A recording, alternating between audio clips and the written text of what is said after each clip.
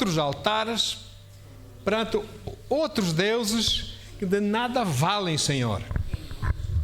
E que o nosso altar seja um altar perante Ti, que Te agrade, ó Deus, que Te glorifique, que nos exalte, que nos edifique, Senhor, para nos dar força, coragem, que possamos receber de Ti para avançarmos nessa obra que Tu nos confiaste, Senhor, cada um conforme os seus dons, em nome de Jesus. Amém. Então diz assim Isaías 29, 13, não sei se temos computador hoje? Lá em Coimbra não tínhamos, não é? Aqui se calhar, já pronto, aleluia. Isaías 29, 13, essa é a King James, ok, não é 1611, pois não, é atualizada, pronto, vamos lá. Por isso, o Senhor disse, não sei se é esse, ok, eis que assim declara o Eterno, visto que esse povo se chega junto a mim, apenas com palavras sem atitude, e me honra somente com o mover dos lábios, enquanto o seu coração está muito distante da minha pessoa, está noutra pessoa ou noutras pessoas. E a adoração que me prestam é constituída tão somente de regras e doutrinas criadas por homens. Outra versão, eu não sei qual é essa que vai pôr, eu não sei se o Paulo tem aí, mas vou ler Isaías 29, 13 em outra versão. Eu vou ler, diz assim, eis que assim declara o Eterno, visto que esse povo se chega junto a mim, apenas com palavras sem atitude, me honra somente com mover de lábios, enquanto o seu coração está muito distante da minha pessoa, muito distante da minha pessoa. E a adoração que me prestam é constituída tão somente de regras e doutrinas criadas por homens. Aleluia! Olha só. Mas o meu King James diz, outra tradução diz assim, que esses são mandamentos, o seu temor para comigo, a adoração para comigo, consiste em mandamentos de homens, aprendidos de cor. Esse altar está muito forte nesse mundo. Mas não é por acaso que o apóstolo Paulo, pelo Espírito Santo, escreveu em Romanos 6, versículo 16. Romanos 6, 16. Não estáis informados de que ao vos entregardes a alguém como escravos, ou seja, para servir, não é? Para lhe obedecer, sois escravos desses a quem obedeceis, seja do pecado para a morte, seja da obediência que leva à justiça. A quem é que nós queremos servir? Para a justiça, não é? A Deus, não é? E então, o Senhor Jesus também disse, lá em Mateus 6, 24, o Senhor diz assim, ninguém pode servir dois senhores, pois odiará um e amará o outro, ou será leal a um e desprezará o outro. Não podeis servir a Deus e a Mamon. Não dá. A quem nós entregarmos para servir, a eles nós somos escravos, a eles servimos. Então qual é o altar que está em nossos corações? Nos tempos que se chamam hoje. Deus não se agrada de pessoas, como nós lemos, que se aproximam de Deus honrando com suas bocas e seus lábios, palavras vãs de repetição, para serem vistos por outros, mas mantêm os seus corações longe, muito longe dele, em outras personalidades, vamos assim, outras coisas. Preferindo então até mandamentos e preceitos de homens que aprenderam de cor, aqui na cabeça, não no coração, na cabeça, de cor, amém? E têm outros desejos em seus corações que não os do Senhor, e servem outros senhores que não ao nosso Senhor. Isso é muito para hoje, para nós hoje, mas parece que ninguém fala, parece que está tudo bem. Não está tudo bem, está tudo errado. E os homens de Deus têm que ter coragem de falar nessas coisas. Estou a ser gravado, que gravem. Isso é coisa, brincadeira. As igrejas não é brincadeira de Mickey Mouse, não é? Pato Donaldo e coisa. Não, isso é coisa séria. Amém? Então, olhe, todo ser humano tem um altar secreto na sua vida. Não vale a pena. Porque Deus criou-nos já com algo dentro de nós para nós sermos adoradores. Há uma coisa necessária que nós temos em nós. Não, amém? Então, o mundo moderno, na era digital, na civilização digital, etc., oferece, com a sua modernice todas, muitos altares à escolha, para as pessoas escolherem. Desde o ateísmo até o humanismo, até a ideologia, outras coisas mais. E eles agarram-se a essas coisas e essas coisas tornam-se altares neles. O facto de eu não acredito em Deus é um altar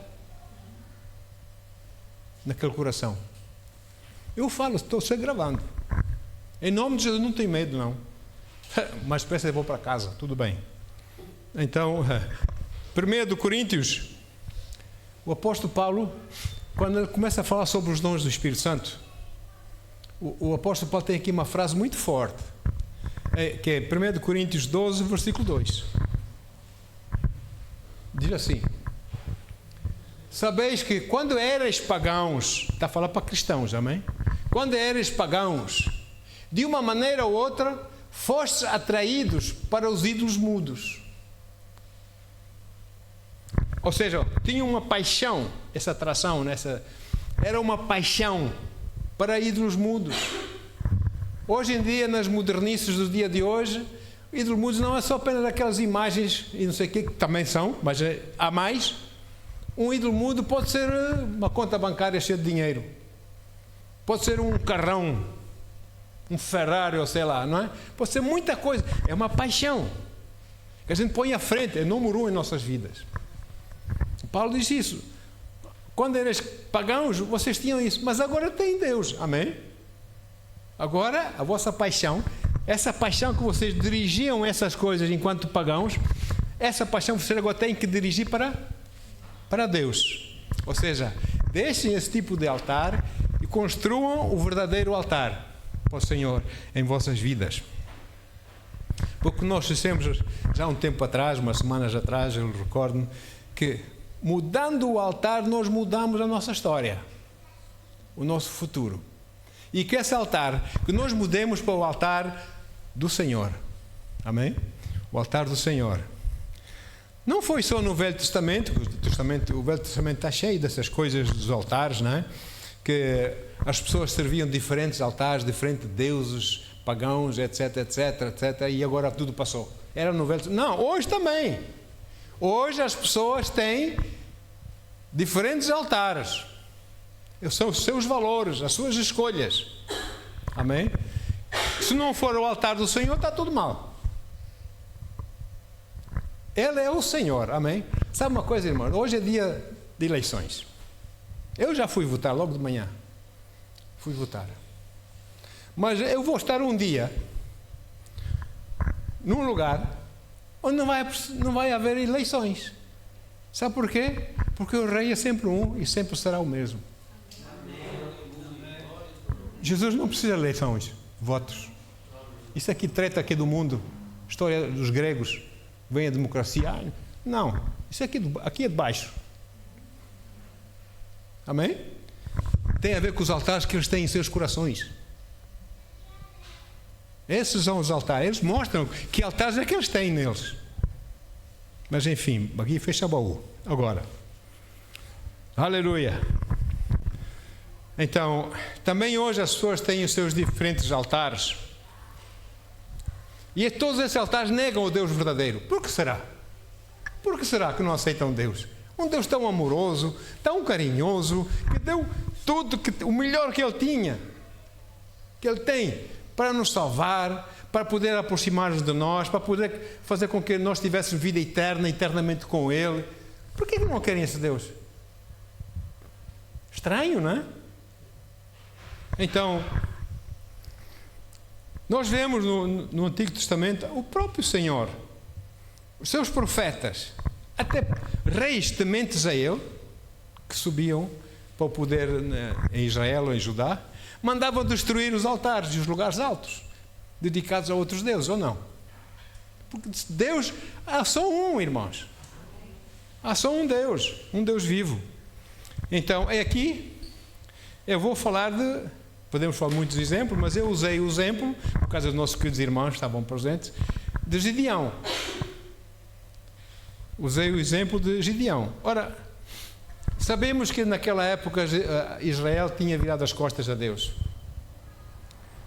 E por isso vieram os midianitas e tomaram controle de toda aquela região, onde o povo de Deus começou a ser assolado por eles, roubavam as suas colheitas, enfim, abusavam daqui e dali, faziam 30 por uma linha com o povo israelita, enfim.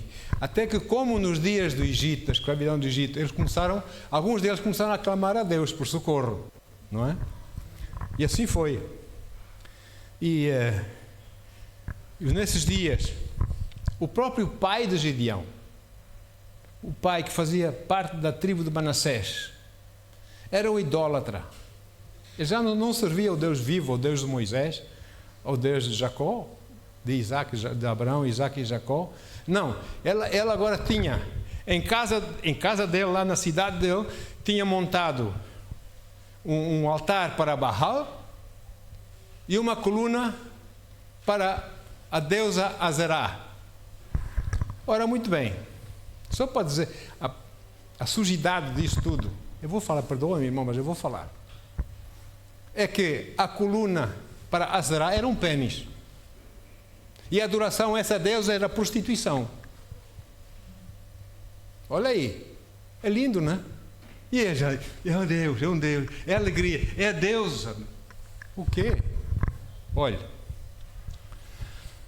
religiões contrárias, que não de Deus, doutrinas de homens, não é? Então o povo começou a clamar a Deus: Senhor, socorro! E o Senhor, com todo o seu amor, ouviu aquele clamor do povo.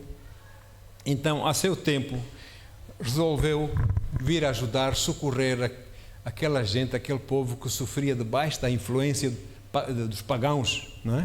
O trato cruel dos pagãos, etc, etc, contrários ao Senhor.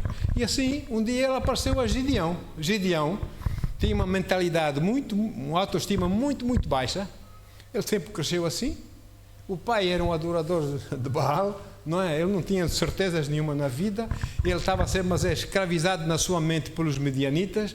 E ele estava a malhar o trigo lá num baixo, ali num tanque onde eles pisavam a vinha, pisavam as uvas. É ali que estava a malhar o trigo, para que os midianitas não o vissem e viessem tirar o trigo. E, muito bem, com a sua estima lá embaixo. Ele não é ninguém, ele é fraquinho. Sabe como é? É isso que faz a religião. Não somos ninguém, somos um fraquitote, estamos aqui, valha-nos aquele e valha-nos aquele outro. Não é? E pronto. Autoestima paupérrima. Mas agora, repare na reação de Gideão. Quando o Senhor aparece, o Senhor fala com ele. Tornou-se outro homem, não é? E quando o Senhor fala com ele diz que ele é chamado, Deus o chamava para uma tarefa para libertar Israel. É tremendo isso, irmãos. Eu gostaria de ter mais tempo, mas isso é muito forte. E vamos ler só da palavra de Deus, lá em Juízes 6, versículos 11 a 28. O anjo de Yahweh, nós sabemos quando nós lemos na Bíblia o anjo do Senhor ou o anjo de Yahweh, no Antigo Testamento refere-se a Jesus. Porque umas vezes é anjo de Yahweh, outra vez é o Senhor. Umas vezes é o anjo do Senhor, outra vez é Yahweh, não é? O anjo de Yahweh veio e assentou-se sobre o grande carvalho que está em Ofra, que pertencia a Joás ben Abiezer, Joás, filho de Abiezer. E aconteceu que Gidon, ou Gideão, em português, filho de Joás, estava malhando trigo num tanque de prensar uvas, a fim de ocultá-lo dos midianitas. Então o anjo do Eterno apareceu a Gideão e lhe saudou. Yahweh está contigo, valente guerreiro. Olha o homenzinho com autoestima baixíssima.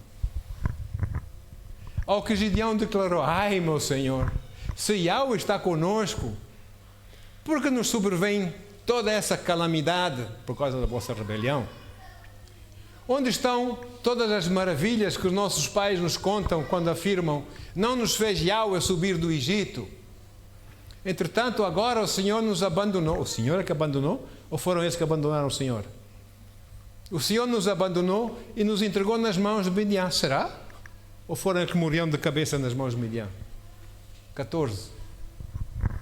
Então o Senhor olhou para Gideão. Já não é anjo do Senhor, o Senhor olhou para Gideão e lhe ordenou: vai com a força que tu tens, vai e liberta o povo de Israel das mãos de Midian. Ora, não sou eu quem te envia. 15, vamos com ele. Ai de mim, meu Senhor, contestou-lhe Gideão: como posso salvar a Israel? O meu clã, olha a sua mentalidade, o meu clã é o mais pobre da tribo de Manassés e eu sou a pessoa menos importante da minha família. É o Senhor, tu estás enganado.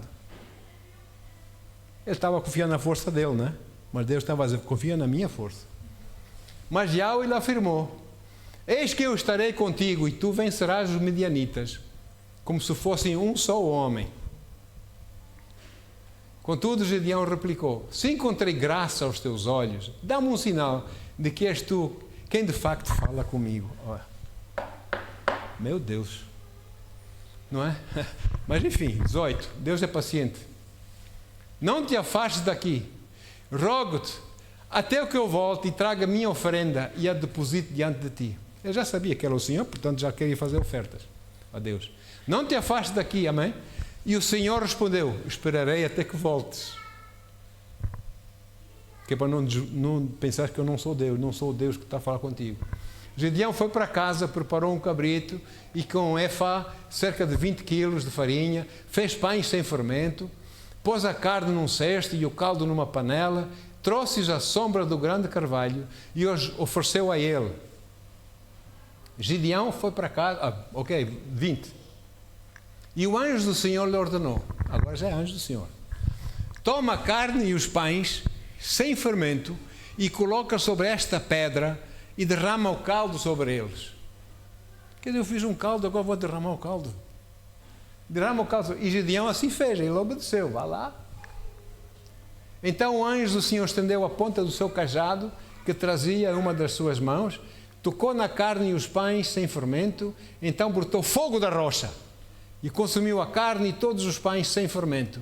E o anjo do Senhor desapareceu. Vamos continuar a ler, irmãos. Assim que Gideão concluiu que realmente vira o anjo de Yahweh, exclamou com grande temor: ai de mim, ó Senhor meu Deus, eis que vi o anjo de Yahweh face a face. Ai que vou morrer. Então o Senhor assegurou-lhe: a paz esteja contigo, não temas, porquanto não morrerás. Gideão ergueu ali um altar. Amém. Ergueu ali um altar em honra a Yahweh e o chamou Yahweh Shalom. O Senhor é a nossa paz. E até os nossos dias esse altar está em Ofra, cidade que pertence às famílias de Abiezer. Ok? Naquela mesma noite, agora veja, Yahweh ordenou a Gideão: separa um dos touros do teu rebanho que pertence ao teu pai. Sabes, aquele novilho de 7 anos, aquele gordinho, aquele novilho de 7 anos de idade, destrói o altar de Baal, que também pertence ao teu pai, e corta o poste consagrado à deusa Asserá, que está ao lado do altar. Em seguida, construirás para Yahweh teu Deus, no cume desse lugar forte, um altar bem preparado. Tomarás então o segundo novilho e o oferecerás em holocausto sobre a madeira do poste ídolo que terás derrubado. Aleluia.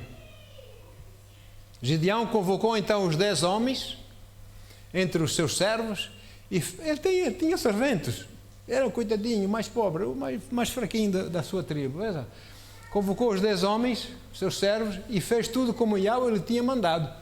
Mas como ele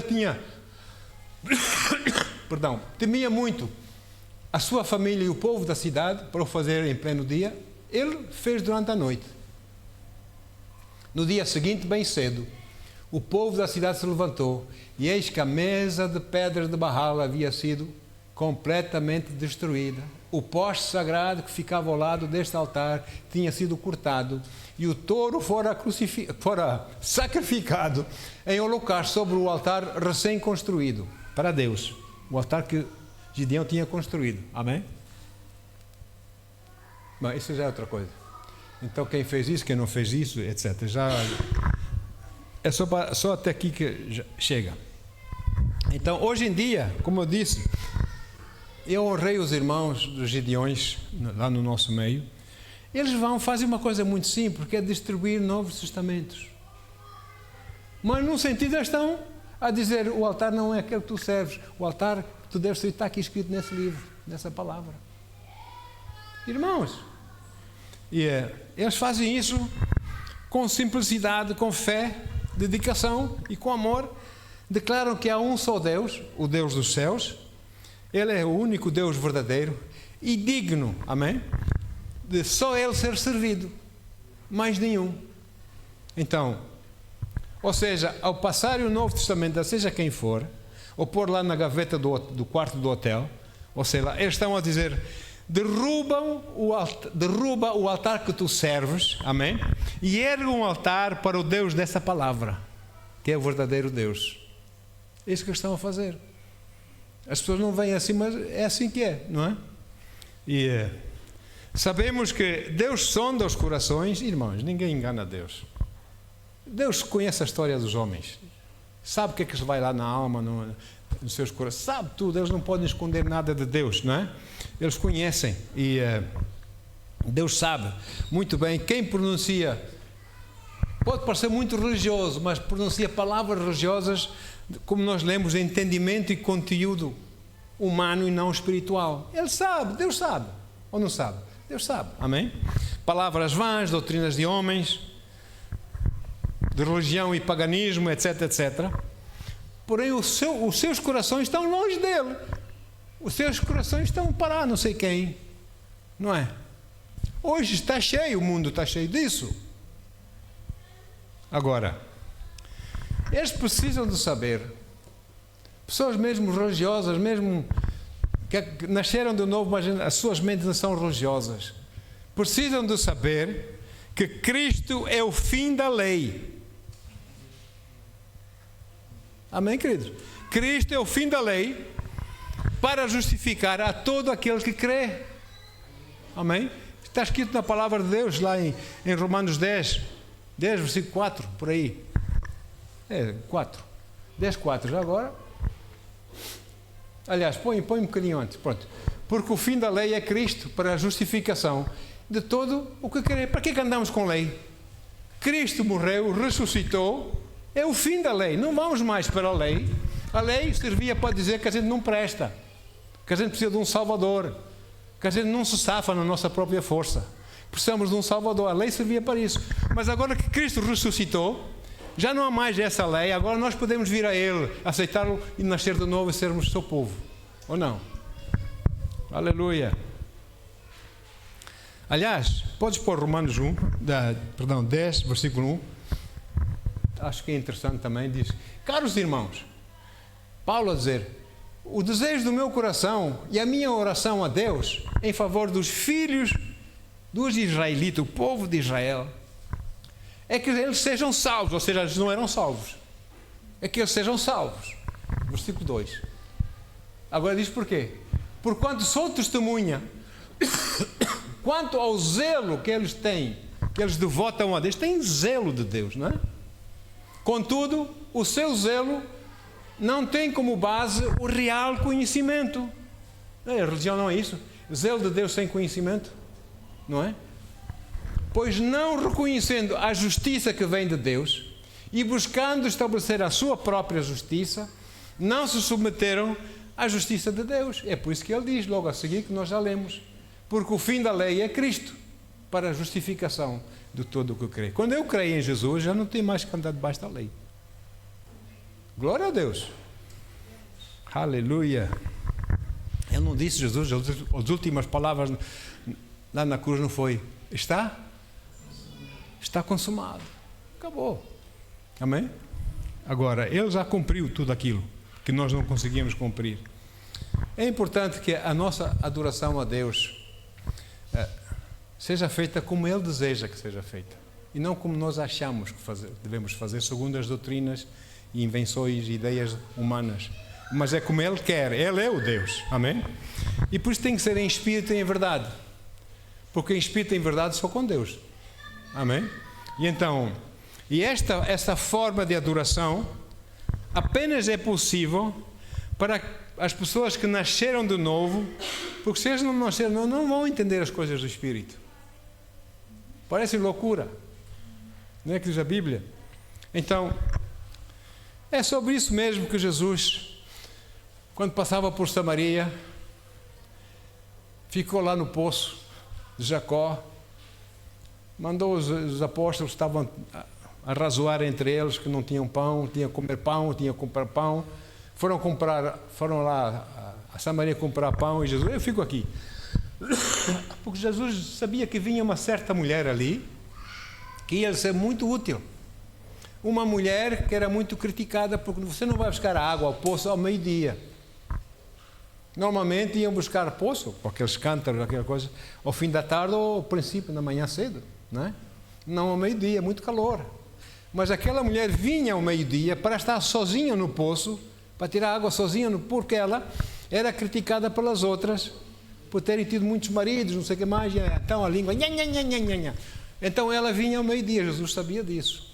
Apesar de todos os feitos dela, essa sim, essa vai me servir. Olha aí. E ele esperou por ela, não. E Jesus falou com ela. Entre outras coisas que o Senhor disse, Lucas 4, 22 a 24. E todos clamavam maravilha sobre ele, e estavam... o que eu disse aqui? 4, 22 a 24. João, perdão. Minha cabeça está acelerada. João 4, 22. Sim, está bem. Jesus disse para ela: vós adorais o que não conheceis. Nós adoramos o que conhecemos. Não é o que acontece hoje? Porque a salvação vem dos judeus. 23. Mas a hora está chegando, e de facto já chegou, em que os verdadeiros adoradores adorarão o Pai em espírito e em verdade. Pois são esses que o Pai procura para seus adoradores. Amém? Então, 24 diz assim, versículo 24: Deus é espírito, e é necessário que os seus adoradores o adorem em espírito e em verdade. Eu fico muito triste, dói-me o coração e eu começo a orar quando eu vou para casa e vejo procissões nas estradas, carregando aquelas coisas. Eu digo: por favor, Senhor, salve essa gente, Pai. Ceguinhos de todos. Dói-me o coração isso. Eles já ali muito sério. Se eu dormir, se eu faltar o respeito, não é? Lá vou eu, passo a passo atrás deles, com paciência, mas aproveito e oro por eles. Abra os seus olhinhos, Senhor. Eles sabem, eles na sua inteligência são muito espertos, muito espertos. São tão espertos, são espertos que nem veem que não estão a ser espertos. Deus tem misericórdia. Eu oro, irmão, isso dói-me o coração. Então, ou seja, Deus quer ser servido, Deus quer ser adorado em sua justiça, mediante a fé que vem da sua palavra. Ou seja, em tudo que vem dele e nada que venha de nós. Nós temos que aplicar o que nós recebemos dele para dar de volta a ele em adoração. Porque de nós, o que vem de nós não presta, irmãos. Tem que ser dele, amém? Então, ele é Deus perfeito. Além dele não há outro Deus assim como ele é o único Deus. E por isso, a adoração para ele tem que ser em perfeição, ou não? Em perfeição. Aleluia. Então, devemos adorar o Senhor nosso Deus, não apenas com a finalidade de Ele nos galardoar.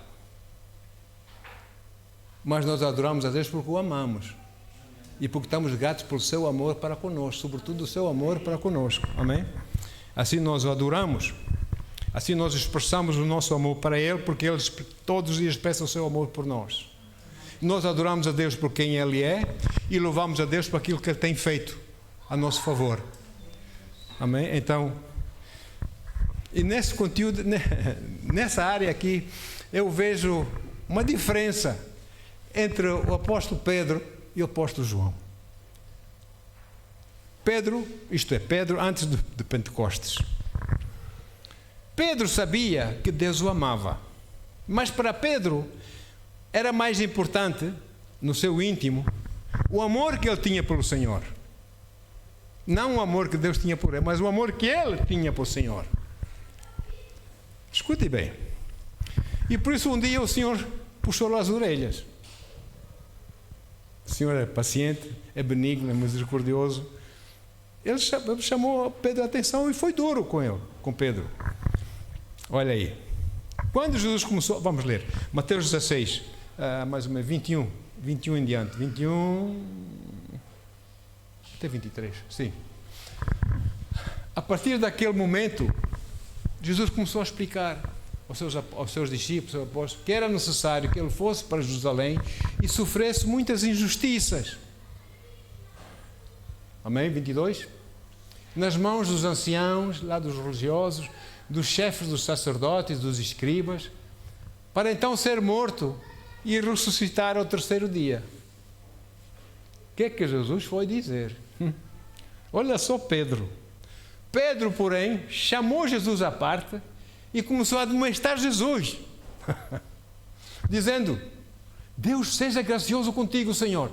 De modo algum isso jamais te acontecerá. Eu amo demais para que isso possa acontecer. Olha como Jesus puxou a orelha de Pedro. Virando Jesus, repreendeu Pedro: para trás de mim, Satanás. Forte, não é? Tu és uma pedra de tropeço, uma cilada para mim, pois tua atitude não reflete a atitude de Deus, mas sim dos homens. Pedro levou ali nas orelhas. Diz: olha, se tu não pensas como eu, não és por mim. Eu vim para isso mesmo, é o que estás a dizer para não fazer? E quantos nós temos assim nesse mundo? Parece que Jesus não morreu coisa nenhuma, não é? Foi assim uma coisa, uma ideia dele. Então, mas o apóstolo João, eu estou a fazer aqui uma comparação entre Pedro e João. O apóstolo João foi muito diferente, agiu de forma totalmente oposta de Pedro, sempre. Ele tinha a revelação, ele amava o Senhor, mas ele tinha a revelação do amor de Deus por ele, não é? E então, e por isso, João negou o Senhor, João fez essas coisas com Jesus, não é? Admoestou o Senhor, negou o Senhor 3 vezes, mas João nunca abandonou Jesus. Até o último momento, João estava lá. Por quê? Porque João, no seu coração, tinha muito mais valor o conhecer o amor de Deus por ele do que o amor que ele tinha por Deus. E eu vou dizer uma coisa, irmãos. Quando você está mais ciente do amor de Deus por si do que o seu amor por Ele, o seu louvor, a sua adoração, a sua oração é diferente. Isso tem muito a ver com a área do Espírito, amém? Essa atitude. E assim, no terceiro dia, sabemos que Pedro negou Jesus, etc. No terceiro dia as mulheres foram ao sepulcro, sabemos o que aconteceu lá, não é? O anjo falou: você está procurando aquele que vive entre os mortos. Olha, ele já foi à vossa frente para Galileia. E vai dizer aos apóstolos e a Pedro, não é? Prontos. Ele estava à vossa espera na Galileia, e assim foi. E quando nós estamos, repito, quando nós estamos mais conscientes do imenso amor de Jesus por nós, do que do nosso amor por Ele,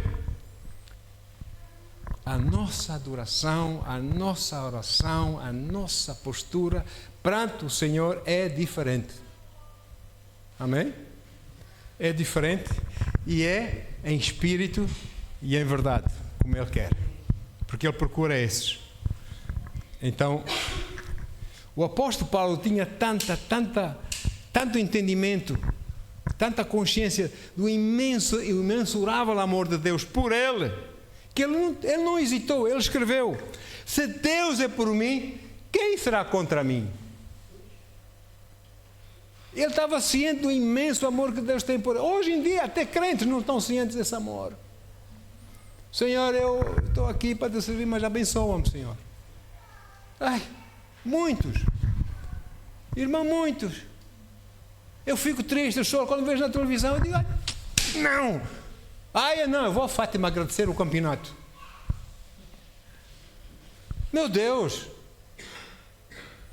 Não, a minha mulher já foi a pé para agradecer. O quê? Isso é um altar que não é de Deus. Bom, tá bom, fecha o baú aqui, fecha o baú. Deus ama-nos, amém? Deus ama-nos. E nós temos que saber que Ele ama-nos muito mais a nós, que nós jamais um dia poderemos amar a Ele. O amor de Deus para nós é muito intenso. Veja que o profeta Anani, ele puxou as orelhas do rei Asa, rei de Judá. O rei Asa fez uns negócios, fez umas alianças esquisitas com o rei da Síria, e as coisas começaram a correr mal para Judá, e Deus enviou o seu profeta Anani.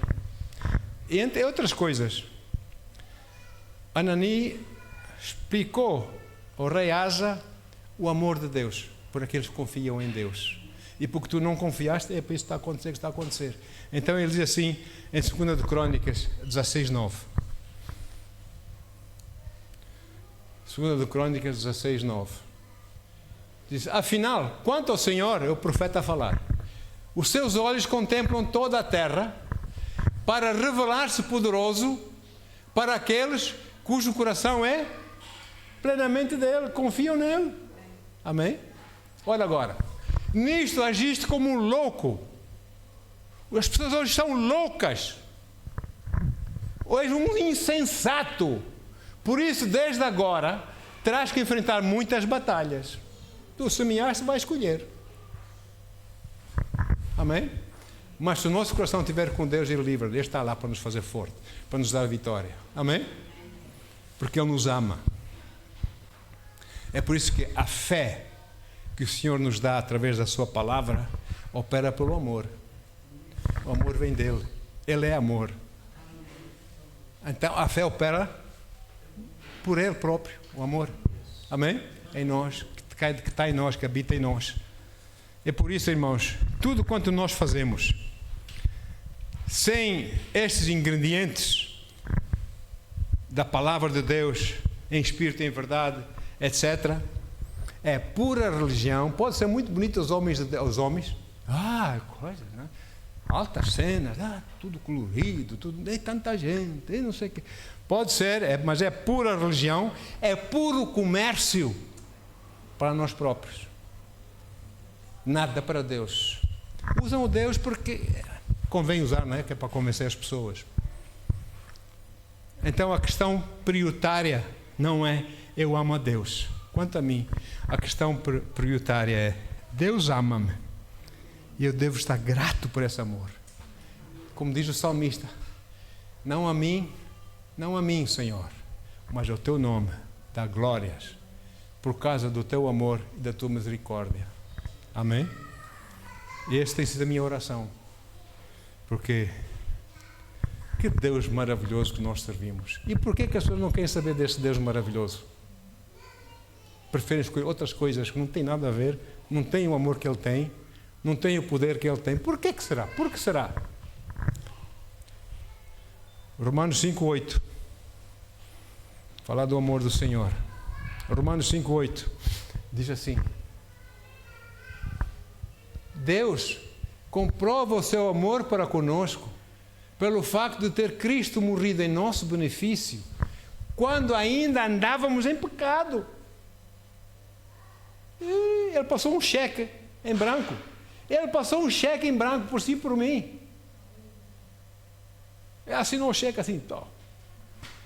Meu Deus, como Deus é bom. Por que não querem esse Deus? Não sei o que. Altares, altares naqueles corações, altares que não são os altares de Deus. Não venha com, não, tira esse altar do teu coração. É assim que é. Amém? Olha só, em João 1,17, a palavra de Deus diz o seguinte, João 1,17: porquanto a lei foi dada por intermédio de Moisés. Já vamos falar um pouco mais de Moisés. Mas a graça, meu Deus, eu não sei como é definir graça. Não é só favor não merecido, é muito mais do que isso. Mas a graça e a verdade vieram através de Jesus Cristo. Não foi a lei que veio por Jesus, a graça e a verdade. A lei veio por Moisés. E Moisés não tinha nada a ver com Jesus, era muito mais imperfeito. Então, por isso é que o fim da lei é Cristo, não é? Como nós vemos. Olha só, vamos fazer umas comparações do velho para o novo, da velha aliança para a nova aliança. O primeiro milagre, depois de Deus enviar Moisés lá para o Egito para arrancar lá o povo dele, né? Da escravidão do Egito, tirá-lo de lá. O primeiro milagre que no poder de Deus Moisés operou no Egito foi transformar água em sangue. Para quê? Para juízo e morte. Não é? O primeiro milagre que Jesus operou no Novo Testamento foi transformar o quê? Água em vinho. Para quê? Para celebração e festa. Diz muito, não diz? Olha só. No Velho Testamento, quando Deus lá no Monte Horebe chamou Moisés para ir fazer a tal tarefa que tinha para Moisés, a sarça estava a arder, que era o Senhor ali. Moisés disse: arde e não se desfaz? Continua a arder? Que fogo é este? E ele foi, né? Moisés, Moshe. E Moisés foi andando. Quando ele chegou bastante perto, o Senhor diz: não te aproximes daqui. Saiu a voz da sarça ardente: tira as sandálias dos pés, porque o lugar em que estás é terra santa. Tira as sandálias. Olha só. Quando foi com o filho pródigo, no Novo Testamento, o pai sempre todos os dias via o meu filho há de voltar. O meu filho há de voltar. Um dia eu vi o filho. Não foi? Ele foi a correr. Eu quero lá saber se ele desobedeceu, se ele vai me pedir perdão, e o meu coração já o perdoou. Eu vou abraçá-lo, eu vou amá-lo, não foi? E assim foi. E ele deu ordem aos seus servos, o pai deu ordem aos seus servos. Muito importante essas palavras, lá em Lucas 15, 22. Veja só, tome nota dessas palavras. Entretanto, o pai ordenou aos seus servos: trazei depressa a melhor roupa, vestiu com distinção, pondo um anel de autoridade e as sandálias de filho nos seus pés, porque ele está descalço.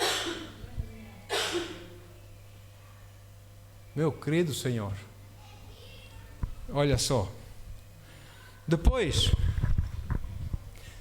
do povo israelita tomar o cordeiro pascal, enquanto o anjo da morte passava por cima deles por causa de marcar as portas com sangue, todos eles, de uma só vez, estavam a comer os seus cordeiros em suas casas, já com mochila nas costas, como se houvesse mochila naquilo, mas preparados para viajar, não é?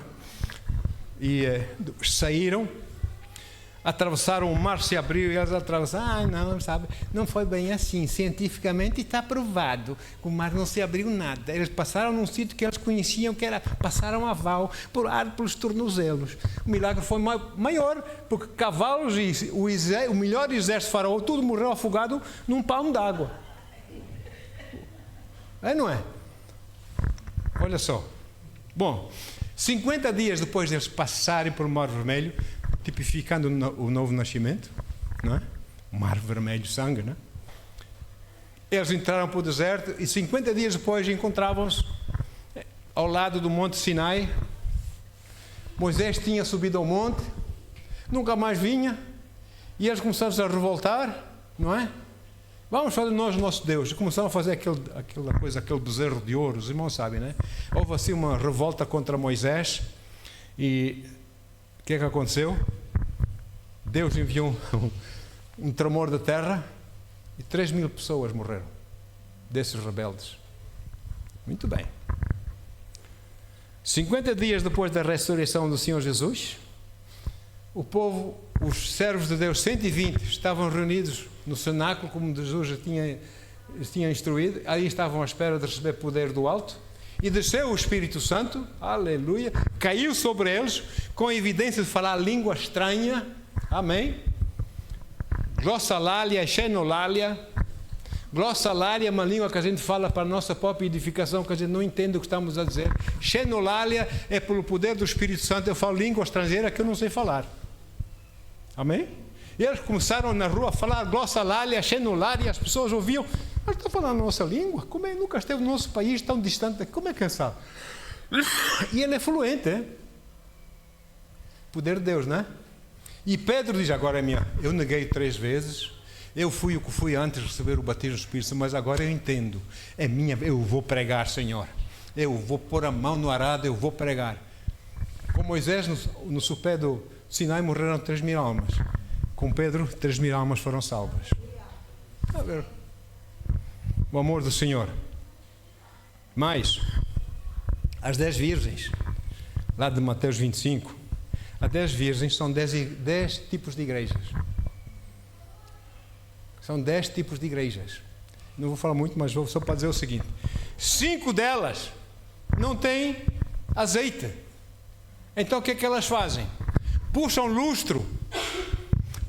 lustro às suas lamparinas para brilharem, não é? As suas lamparinas, brilhar as suas atividades, os seus nomes, as suas famas, amém? Porém não têm unção. Isso também hoje há. Puxam lustro às lamparinas, mas não têm unção.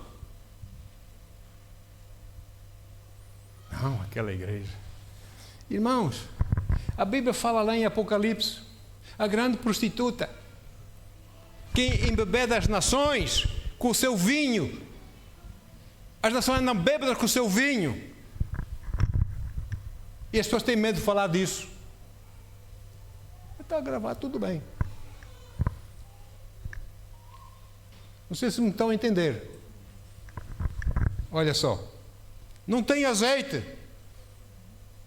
Irmãos, como é que nós, que tememos a Deus, podemos dizer assim, que Deus te abençoe e que a Virgem te proteja? Eu falo mesmo, irmãos. Não dá. Ou é ou não é. Não podemos ser carne e peixe. E por isso o ministério que o Senhor nos confiou não é brincadeira, não é Mickey Mouse, não é rato Donald ou rato Mickey, ou sei lá. Não é a igreja não é brincadeira, com muitos. Eu sou pastor de igreja. Isso é brincadeira, isso não é, a coisa de Deus é séria, irmãos. É séria. Deus não me deu. Meu Deus. Deus não me deu o Facebook, Deus deu-me o Espírito Santo. Amém? Coisa de Deus é muito séria. Ai de mim, se eu não tenho chamada de Deus, vão me meter na chamada. Porque a chamada a quem Deus chama, o juízo vai ser muito mais severo do que aqueles que Deus não chamou para alguma obra. O meu juízo, pronto, vai ser muito sério, irmãos. Muito. Está lá em Tiago, leia em Tiago. Não é brincadeira. As pessoas brincam com as coisas de Deus. Sede santos porque eu sou santo. Isso é coisa séria do Senhor. Olha aí. 2 Coríntios 3, versículo 9. Já estou a terminar aqui. Diz o apóstolo Paulo. Ora, se o ministério que trouxe condenação, Antigo Testamento, era glorioso, quanto mais ainda será o ministério que produz a justificação. A justificação pela fé, não é? Esse é o ministério do Novo Testamento. Uau! Se aquilo for glorioso, o nosso é muito mais. Não é coisa para nós brincarmos. As pessoas gostam muito de brincar às igrejinhas. Parece que estão a brincar às caboiadinhas. Como nós éramos crianças, andávamos a brincar às escondidinhas e não sei o quê. A igreja não é isso, irmão. A igreja é séria. Temos que ter mais respeito, mais temor a Deus. Saber se Deus nos chamou ou não nos chamou. E ficar no lugar onde Deus nos colocou e pronto. Amém? Então, se a pregação, meu Pai, Se a pregação de condenação, lá da lei do Antigo Testamento, trouxe grandes avivamentos e glória, agora imagine o ministério da justiça pela fé, traz avivamentos que excedem muito mais essa glória, ou não? E por que não está a acontecer? Há muita gente falsa aí, que se diz que são isso, são aquilo, são aquilo. Há muita gente falsa, irmãos. Não é pela unção, é pela emoção. Então, olha, a lei condena o melhor dos homens, mas a graça de Deus absolve o pior dos homens. Dá para entender? Que amor é esse? Fantástico o amor que Deus tem por nós. Então, a Bíblia diz que Ele nos capacitou para sermos ministros de uma nova aliança. Ele, a capacidade é dele, não é minha, eu quero ser, não. É Ele quem nos chama, quem nos separa. Não é? Ele nos capacitou para sermos ministros de uma nova aliança, não da letra, mas do Espírito. Porquanto a letra mata, o Espírito vivifica. Olha só, e podia ler mais, mas não vale a pena. Vamos em frente. Amados, o ministério do Espírito é com muita glória. Muita glória. Semana passada fomos a um pequeno almoço de pastores Aveiro, na Mortosa. Uma igrejinha está a começar. Fiquei triste. Normalmente, vários pastores vêm, os nossos pequenos, uma vez por mês. Pastores de Aveiro, Redondeiros, até vêm do Porto. Pastores do Porto vêm ao nosso pequeno almoço. Por que na Mortosa? Porque é aquela igrejinha pequenininha. Daqui de Aveiro só fomos 2. Ou seja, 3, na verdade, não, 4. Foi a pastora, fui eu, foi o pastor Filipe, conhece? Filipe, meu filho na fé. E um pastor brasileiro, o André Luiz. 4. Porque fomos uma igreja humilde. Não posso ir porque não sei o quê. Não posso ir porque não sei o quê. Eu disse, Filipe, como é que vamos fazer? Vamos desistir ou não? Filipe falou bem. Não vamos desistir, pastor. Vamos estar lá, vamos dar uma força aos irmãos. Disse, falaste bem. Isso não foi carne e sangue que te revelou, pá. Vamos lá sim. E foi bênção. Eu levei aqui a pastora, como é que ela chama, da Nigéria. Não é? Ela tem um PhD, tem um doutoramento em não sei o quê, de eletricidade. E o marido é professor aqui na universidade. O Pendley também é outro. Tiraram o seu doutoramento no Japão. Não é? Encontrei-os por acaso. Ele veio comigo, telefonei. Venha comer um pequeno almoço. É humilde, mas... não, nós vamos. Estavam muito sós aí. E glória a Deus. Foi bênção. Agora diga uma coisa, éramos poucos. Diga uma coisa, Jesus estava lá? Com certeza. Com certeza. Então, aleluia. Obrigado, Senhor. Nós fazemos parte da nova aliança. Nós vivemos debaixo da abundante graça e amor de Deus. Amém? Nós amamos a Deus sobre todas as coisas, sobre tudo. Mas estamos muito mais cientes do imensurável amor com que Ele nos ama de volta. Ele ama-nos mesmo. Antes mesmo de nós o amarmos, Ele já nos amava. Esse é o Deus. Nós temos que servir com amor, com gratidão, com temor a esse Deus. Deus não é um palhaço. Faço o que quero, quando me apetece, na hora que eu quero. Não. É quando Ele quer. E como Ele quer. Aleluia. Então, Deus manifestou amor para conosco em haver Deus enviado o seu Filho unigênito ao mundo para vivermos por intermédio dele. Assim, nisto consiste o amor. Não em que nós tenhamos amado a Deus, mas em que Ele nos amou e enviou o seu Filho como propiciação dos nossos pecados. Amados, que o altar em nossas vidas seja um altar dirigido a Ele, agradável a Ele, aceitável a Ele. Amém. E não haja mais outros altares. Amém? Não podemos ter um pé num altar com o pé no outro altar. O Senhor é assim. Ele é ciumento, não é?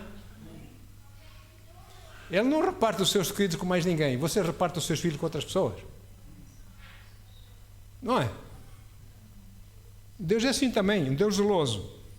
Então, amados, eu disse aos irmãos gideões, eu orei por eles e dei graças a Deus por eles, e que para a salvação de almas e para a glória do Senhor, eu honro o trabalho que eles estavam a fazer, e honro mesmo o trabalho que eles estão a fazer, e o empenho e a fidelidade que eles fazem do seu próprio tempo, com o seu próprio dinheiro. Tem que ser profissões liberais, ou então a pessoa já esteja na reforma. Não é? E não aceitam pastores. Eu ainda perguntei, eu vou querer ser gideão. Não, pois você é pastor, não dá. Amém? E então nós temos de ser corajosos, e eles são corajosos. É gideões, homens e mulheres. Amém? Eles vão para esse mundo fora. Eles leram lá estatísticas, coisa tremenda, irmãos. 200 não sei quantos países, não sei quantas línguas. Tem Bíblias, às vezes tem Novos Testamentos em 3 e 4 línguas diferentes. Não só Novo Testamento, custa dinheiro, não é? Fazer essas coisas. E